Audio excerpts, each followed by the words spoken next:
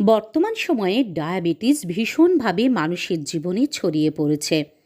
প্রায় প্রত্যেক বাড়িতেই কম বেশি ডায়াবেটিস আক্রান্ত মানুষ দেখতে পাওয়া যায়। এমন এক রোগ যা জীবনকে দুর্বিষহ করে তুলতে পারে।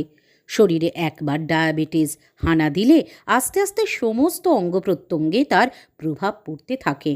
সময়ের সাথে সাথে নষ্ট হয়ে যেতে পারে চোখ, দাঁত, হার্ট, লিভার, কিডনির মতো গুরুত্বপূর্ণ অঙ্গগুলি।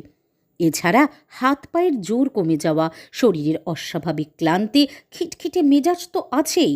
তাই প্রথম থেকেই সতর্ক না হলে ডায়াবেটিস কিন্তু ভয়াবহ রূপ নিতে পারে। আজকে এই ভিডিওটিতে ডায়াবেটিস কী করে চিরতরে দূর করবেন সেই নিয়ে আপনাদের সামনে আমি। নমস্কার বন্ধুরা, টিপসি বাংলা চ্যানেলটিতে আপনাদের সকলকে জানাই স্বাগত। ডায়াবেটিসকে মোকাবিলা করবার জন্য ডাক্তারের ওষুধ তো খাচ্ছেন, দিনের পর দিন ধরে দেখতে পাচ্ছেন যে তাও ডায়াবেটিস সম্পূর্ণরূপে কিন্তু নিয়ন্ত্রণে আসছে না। তাহলে আজ থেকে সঙ্গে ব্যবহার করুন এই উপায়গুলি। আয়ুর্বেদ শাস্ত্র অনুযায়ী ঘরোয়া এই উপাদানেই হতে পারে ডায়াবেটিসের মোক্ষম জবাব।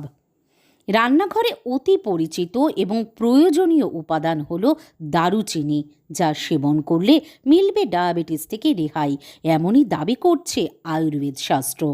কেননা দারুচিনিতে প্রচুর পরিমাণে ঔষধি গুণাগুণ রয়েছে।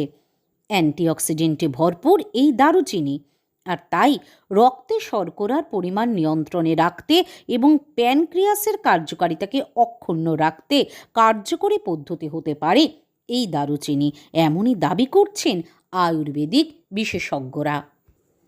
দারুচিনি সহজেই শরীরের শর্করা নিয়ন্ত্রণ করে, শরীরকে রাখে সুস্থ। কিভাবে সেবন করবেন দারুচিনি? সকাল সকাল গরম জলে দারুচিনি দিয়ে ফুটিয়ে নিন। 1 গ্লাস জলে 2 টুকরো দারুচিনি নিতে হবে।